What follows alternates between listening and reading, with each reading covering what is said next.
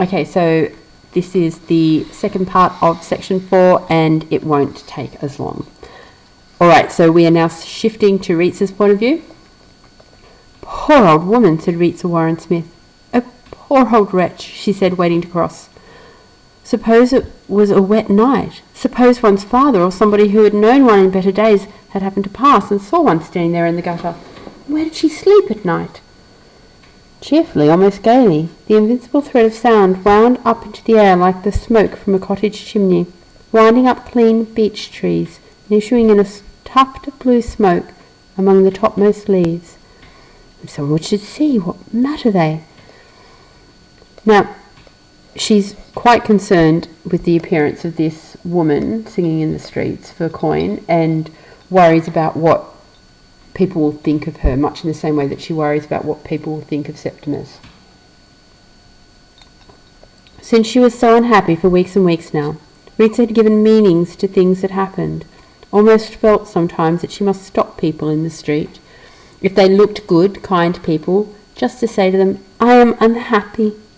And this old woman singing in the street, if someone should see, what matter they? Made her suddenly quite sure that everything was going to be right. They were going to Sir William Bradshaw. She thought his name sounded nice. He would cure Septimus at once. And then there was a brewer's cart, and the grey horses had upright bristles of straw in their tails. There were newspaper placards. It was a silly, silly dream, being unhappy. She's got this sudden positivity. She's feeling like everything's going to be okay. They're going to go to this doctor now and he's going to cure Septimus, and she needn't have been so worried about him. Of course she's wrong. Now, we shift to an omniscient point of view. So that's what we've got happening here. Now, write this down. So this part, this is the most conventional section of the novel, stylistically. Now, Woolf here reveals Septimus's backstory with no free indirect discourse or stream of consciousness. So it's quite easy to understand, and you'll see that there's quite a bit of it that, if I kind of let me go out a little bit, there's quite a bit that is without annotations as we kind of go through. There's a little bit there because it's fairly straightforward and it's giving us the background to Septimus. It's quite sad, actually. This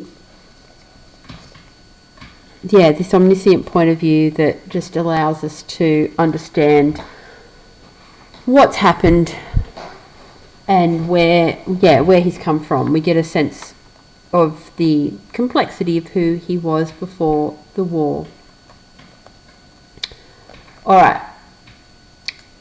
So they crossed, Mr. and Mrs. Septimus Warren Smith, and was there, after all, anything to draw attention to them, anything to make a passerby suspect here is a young man who carries in him the greatest message in the world, and is, moreover, the happiest man in the world, and the most miserable. Perhaps they walked more slowly than other people. There was something hesitating, trailing in the man's walk. But what more natural for a clerk who has not been in the West End on a weekday at this hour for years than to keep looking at the sky, looking at this, that, and the other, as if Portland Place were a room he had come into when the family were away, the chandeliers being hung in Holland bags, and the caretaker, as she lets in long shafts of dusty light upon deserted, queer-looking armchairs, lifting one corner of the long blinds, explains to the visitors what a wonderful place it is, how wonderful, but at the same time he thinks how strange. So here our omniscient narrator is saying there's nothing about the couple that would draw anyone's attention, and the fact that Septimus is looking up at the sky a lot, well, people might just assume that he hasn't been in the city for a long time and he's interested in everything around him. To look at, he might have been a clerk, but of the better sort, for he wore brown boots. His hands were educated, so too his profile, his angular, big-nosed, intelligent, sensitive profile, but not his lips altogether, for they were loose, and his eyes, as eyes tend to be, eyes merely hazel large, so that he was, on the whole, a border case. Neither one thing nor the other. Might end with a house at Purley and a motor car, or continue renting apartments in back streets all his life. One of those half-educated, self-educated men whose education is all learnt from books borrowed from public libraries, read in the evening after the day's work on the advice of well-known authors consulted by letter. As for the other experiences, the solitary ones, which people go through alone, in their bedrooms, in their offices, walking the fields and the streets of London, he had them, had left home a mere boy, because of his mother, she lied, because he came down to tea for the 50th time with his hands unwashed, because he could see no future for a poet in Stroud, and so, making a confidant of his little sister, had gone to London, leaving an absurd note behind him, such as great men have written, and the world has read later when the story of their struggles has become famous. So here we see that as a young man, he had wanted to be a poet, and so he left home to go to London to try and make it as a poet. London has swallowed up many millions of young men called Smith, thought nothing of fantastic Christian names like Septimus, with which their parents have thought to distinguish them. What we have here is London depicted with bestial attributes, which reflects the modernist concerns of urbanisation.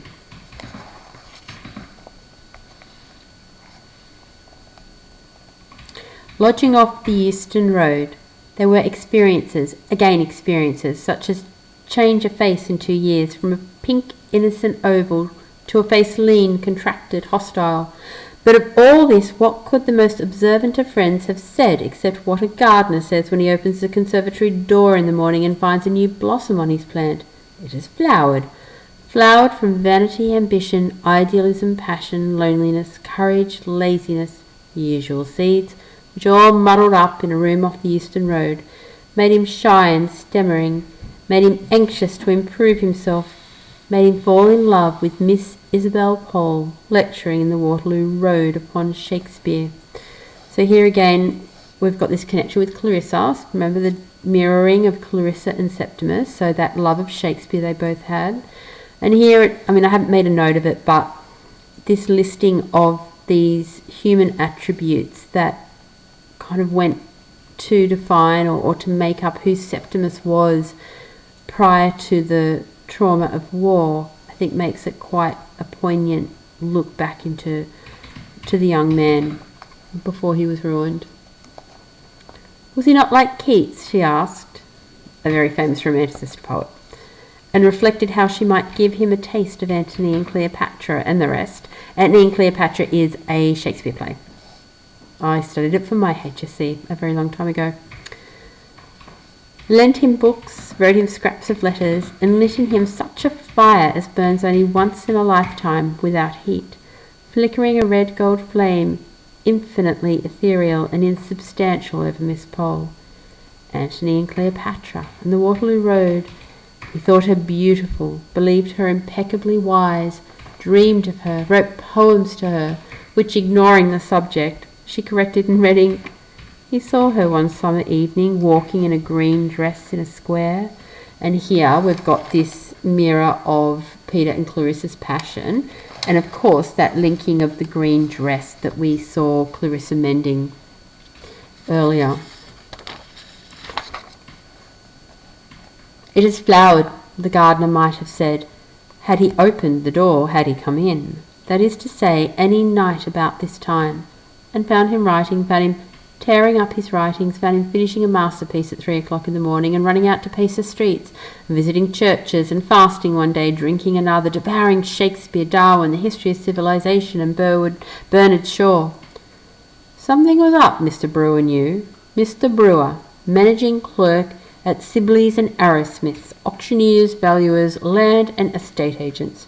Something was up, he thought, being paternal with his young man and thinking very highly of Smith's abilities and prophesying that he would, in 10 or 15 years, succeed to the leather armchair in the inner room under the skylight with the deed boxes round him, if he keeps his health, said Mr. Brewer, and that was the danger. He looked weakly, advised football, invited him to supper, and was seeing his way to consider recommending a rise of salary when something happened which threw out many of Mr. Brewer's calculations, took away his ablest young fellows, and eventually, so prying and insidious were the fingers of the European war, smashed a plaster cast of Ceres, I'm probably pronouncing that wrong, ploughed a hole in the geranium beds and utterly ruined the cook's nerves at Mr. Brewer's establishment at Muswell Hill. So he's working at this estate agent's, and then the war happens. Septimus was one of the first to volunteer. He went to France to save an England which consisted almost entirely of Shakespeare's plays and Miss Isabel Pole in a green dress walking in a square. There in the trenches, the change which Mr. Brewer desired when he advised football was produced instantly. He developed manliness, he was promoted, he drew the attention, indeed the affection of his officer, Evans by name. It was a case of two dogs playing on a hearthrug, one worrying a paper screw, snarling, snapping, giving a pinch now and then at the old dog's ear, the other lying somnolent, blinking at the fire, raising a paw, turning and growling good-temperedly. They had to be together, share with each other, fight with each other, quarrel with each other. But when Evans, Ritza, who had only seen him once, called him a quiet man, a sturdy red-headed man, undemonstrative in the company of women. When Evans was killed, just before the armistice, in Italy, Septimus, far from showing any emotion or recognising that he was the end of a friendship, congratulated himself upon feeling very little and very reasonably. The war had taught him. It was sublime. He had gone through the whole show, friendship, European war, death, and had won promotion, was still under 30 and was bound to survive. He was right there. The last shells missed him. He watched them explode with indifference. When peace came, he was in Milan, billeted in the house of an innkeeper, with a courtyard, flowers in tubs, little tables in the open, daughters making hats, and to Lucrezia, the younger daughter, he became engaged, one evening when the panic was on him, that he could not feel. So he's talking about the fact that at war, he managed to suppress all of his emotions, didn't feel, didn't grieve the loss of Evans, was indifferent to the death around him. So at the time, he thought this is what manliness is, without realising that it was actually significant trauma. And then when the war finishes and he's still in Italy because he'd been billeted out at this place, he suddenly realises that he actually doesn't feel anything. And he's panicked by that. And that's why he married Ritza. That's why he became engaged to her, because he's trying to feel something. And poor Ritza is in love with him. For now that it was all over, truce signed and the dead buried, he had, especially in the evening, these sudden thunderclaps of fear. He could not feel. As he opened the door of the room where the Italian girls sat making hats, he could see them, could hear them. They were rubbing wires among coloured beads and saucers. They were turning buckram shapes this way and that. The table was all strewn with feathers, spangles, silks, ribbons. Scissors were rapping on the table, but something failed him. He could not feel. Still, scissors rapping, girls laughing, hats being made protected him. He was assured of safety. He had a refuge, but he could not sit there all night. There were moments of waking in the early morning. The bed was falling. He was falling. Oh, for the scissors and the lamplight and the buckram shapes. He asked Lucrezia to marry him, the younger of the two, the gay, the frivolous, with those little artist's fingers that she would hold up and say, It is all in them. Silk feathers, what not were alive to them. 'Tis the hat that matters most, she would say, when they walked out together. Every hat that passed she would examine, and the cloak and the dress and the way the woman held herself. Ill-dressing, over-dressing, she stigmatized, not savagely, rather with impatient movements of the hands, like those of a painter who puts from him some obvious well-meant glaring imposture. And then generously, but always critically, she would welcome a shop girl who had turned her little bit of stuff gallantly, or praise wholly with enthusiastic and professional understanding, a French lady descending from a carriage in chinchilla, robes, pearls. Beautiful, she would murmur, nudging Septimus that he might see. but beauty was behind a pane of glass. Even taste, Ritza liked ices, chocolates, sweet things, had no relish to him. He put down his cup on the little marble table. He looked at people outside, happy they seemed, collecting in the middle of the street, shouting, laughing, squabbling over nothing. But he could not taste, he could not feel. In the tea shop among the tables and the chattering waiters, the appalling fear came over him. He could not feel. He could reason, he could read. Dante, for example, quite easily. "Septimus, do put down your book," said Riza, gently shutting the inferno. He could add up his bill. His brain was perfect. It must be the fault of the world, then, that he could not feel. Probably should have underlined the amount of times he could not feel is written and annotated that as repetition. You can go and do that after. "The English are so silent," Ritza said. She liked it, she said. She respected these Englishmen and wanted to see London and the English horses and the tailor-made suits, and could remember hearing how wonderful the shops were from an aunt who had married and lived in Soho. Might be possible, Septimus thought, looking at England from the train window as they left Newhaven. Might be possible that the world itself is without meaning. At the office they advanced him to a post of considerable responsibility. They were proud of him. He had won crosses. "You have done your duty. It is up to us," began Mr. Brewer, and could not finish, so pleasurable was his emotion. They took admirable lodgings off the Tottenham Court Road.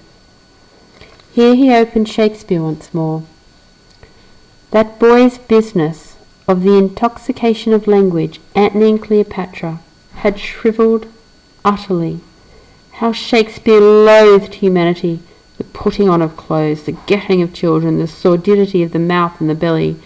This was now revealed to Septimus, the message hidden in the beauty of words, the secret signal which one generation passes under disguise to the next is loathing, hatred, despair.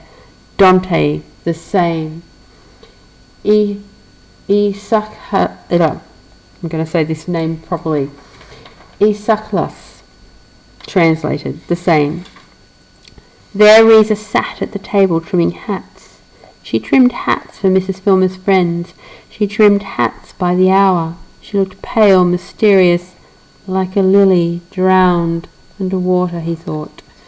So here, all of that is this modernist concern with disconnection.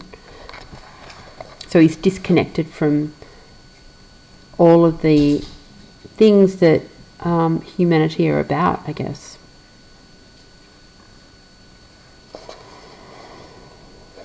"The English is so serious," she would say, putting her arms around Septimus, her cheek against his. And here is her misunderstanding of what's going on. So with her husband being quiet and serious, she just thinks, oh, the English is serious. She doesn't recognise that it's his mental health. Love between man and woman was repulsive to Shakespeare. The business of copulation was filth to him before the end. But Ritza said she must have children. They'd been married 5 years.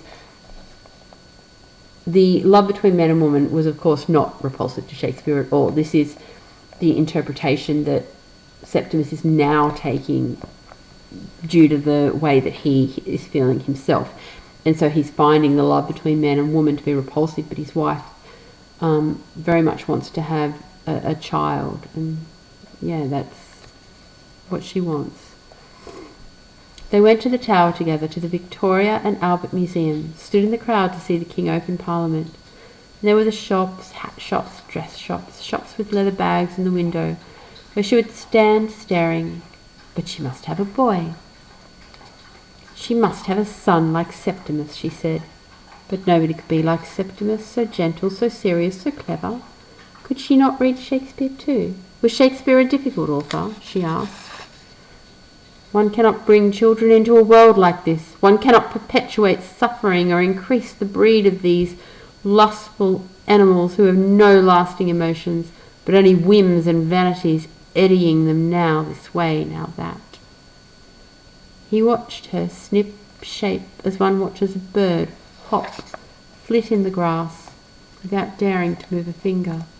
But the truth is, let her ignore it, But human beings have neither kindness nor faith nor charity beyond what serves to increase the pleasure of the moment. They hunt in packs. Their packs scour the desert and vanish screaming into the wilderness. They desert the foreman. They are plastered over with grimaces. There was Brewer at the office with his waxed moustache, coral tie-pin, white slip and pleasurable emotions, all coldness and clamminess within. His geraniums ruined in the wall, his cook's nerves destroyed. Or Amelia what's-her-name, handing round cups of tea punctually at 5, a leering, sneering, obscene little harpy, and the Toms and Berties in their starched shirt fronts oozing thick drops of vice. They never saw him drawing pictures of them naked at their antics in his notebook. In the street, vans roared past him. Brutality blared out on placards. Men were trapped in mines, women burnt alive, and once a maimed file of lunatics being exercised or displayed for the diversion of the populace who laughed aloud, ambled or nodded and grinned past him. In the Tottenham Court Road, each half apologetically, yet triumphantly, inflicting his hopeless woe. And would he go mad? At tea, Ritza told him that Mrs. Filmer's daughter was expecting a baby. She could not grow old and have no children. She was very lonely.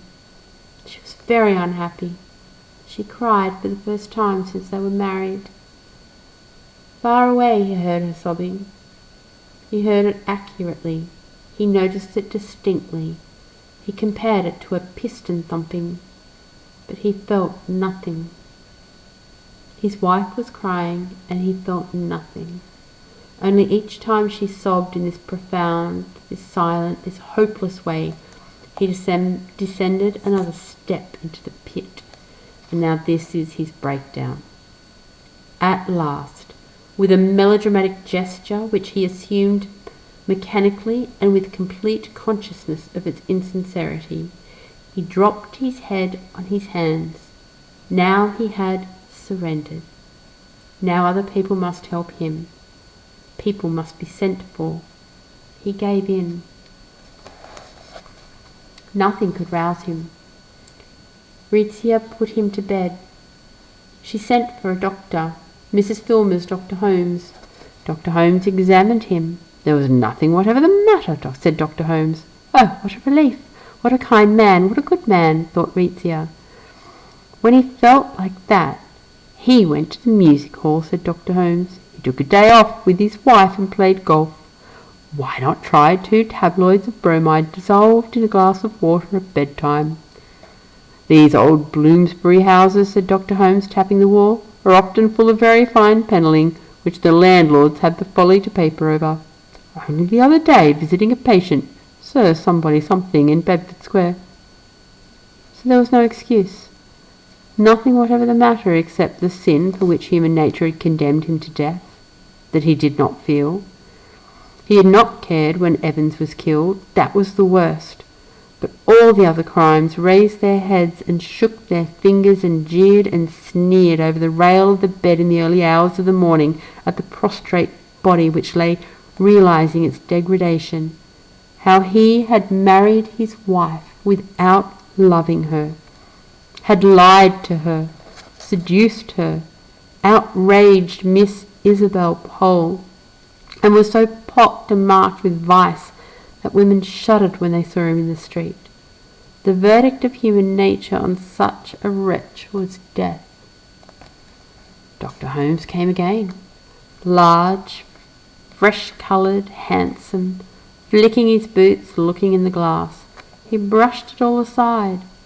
Headaches, sleeplessness, fears, dreams, nerve symptoms, and nothing more, he said. If Dr. Holmes found himself even half a pound below 11 stone 6, he asked his wife for another plate of porridge at breakfast. Ritzia would learn to cook porridge. But, he continued, health is largely a matter in our own control. Throw yourself into outside interests. Take up some hobby. He opened Shakespeare. Antony and Cleopatra pushed Shakespeare aside. Some hobby, said Dr. Holmes, for did he not owe his own excellent health, and he worked as hard as any man in London, to the fact that he could always switch off from his patients on to old furniture. And what a very pretty comb, if he might say so, Mrs. Warren Smith was wearing.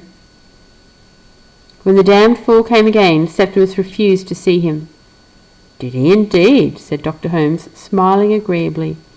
Really, he had to give that charming little lady, Mrs. Smith, a friendly push before he could get past her into her husband's bedroom. So you're in a funk, he said agreeably, sitting down by his patient's side. He had actually talked of killing himself to his wife. Quite a girl, a foreigner, wasn't she? Didn't that give her a very odd idea of English husbands? Didn't one owe perhaps a duty to one's wife? Wouldn't it be better to do something instead of laying in bed? For he had had 40 years' experience behind him, and Septimus could take Dr. Holmes's word for it. There was nothing whatever the matter with him. The next time Dr. Holmes came, he hoped to find Smith out of bed and not making that charming little lady, his wife, anxious about him. Human nature, in short, was on him. The repulsive brute with the blood-red nostrils. Holmes was on him. Dr. Holmes came quite regularly every day. Once you stumble, Septimus wrote on the back of a postcard, human nature is on you. Holmes is on you. Their only chance was to escape without letting Holmes know. To Italy. Anywhere away from Dr. Holmes. But Rizzio could not understand him. Dr. Holmes was such a kind man. He was so interested in Septimus. He only wanted to help them, he said.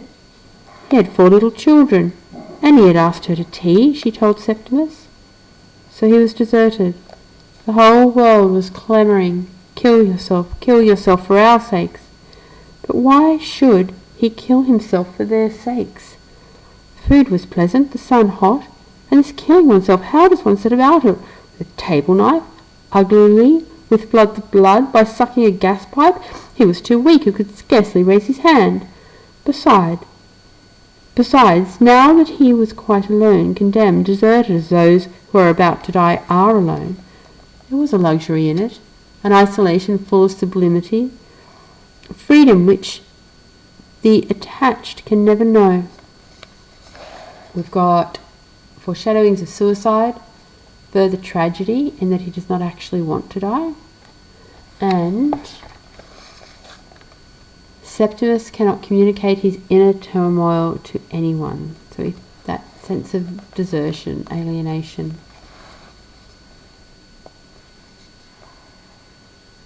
Holmes had won, of course. The brute with the red nostrils had won. But even Holmes himself could not touch this last relic, straying on the edge of the world, this outcast who gazed back at the inhabited regions, who lay like a drowned sailor on the shore of the world. It was at that moment Ritza had gone shopping that the great revelation took place. A voice spoke from behind the screen. Evans was speaking. The dead were with him. Evans, Evans, he cried. Mr. Smith was talking aloud to himself. Agnes, the servant girl, cried to Mrs. Filmer in the kitchen. Evans, Evans, he had said as she brought in the tray. She jumped, she did. She scuttled downstairs. And Ritza came in with her flowers, and walked across the room and put the roses in a vase upon which the sun struck directly, and went laughing, leaping round the room. She had had to buy roses, Ritza said, from a poor man in the street, but they were almost dead already, she said, arranging the roses. And that, of course, I should have underlined, is another foreshadowing of the impending suicide.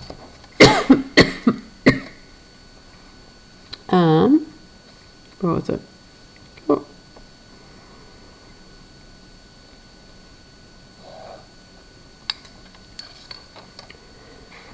So there was a man outside, Evans presumably, and the roses, which Ritza said were half dead, had been picked by him in the fields of Greece. Communication is health, communication is happiness, communication, he muttered. What are you saying, Septimus? Ritza asked, wild with terror, but he was talking to himself. She sent Agnes running for Dr. Holmes. Her husband, she said, was mad. He scarcely knew her. You brute! You brute! Cried Septimus, seeing human nature, that is Dr. Holmes, enter the room. Now, what's all this about? Said Dr. Holmes, in the most amiable way in the world. Talking nonsense to frighten your wife. But he would give him something to make him sleep. And if they were rich people, said Dr. Holmes, looking ironically round the room, by all means let them go to Harley Street.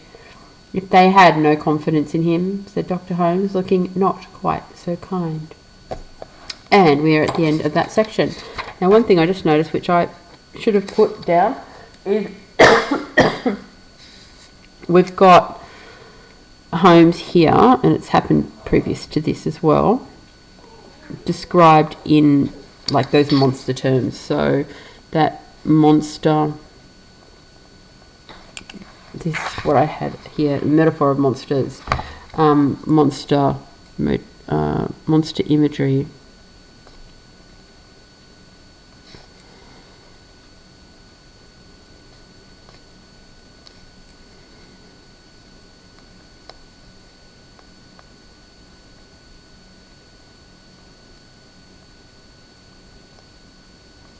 Okay, so Septimus, Holmes is Septimus's monster. So the monster of the misunderstanding and lack of acknowledgement of the medical profession and society in general, who didn't know anything about the impact of PTSD. So, yes, okay, done.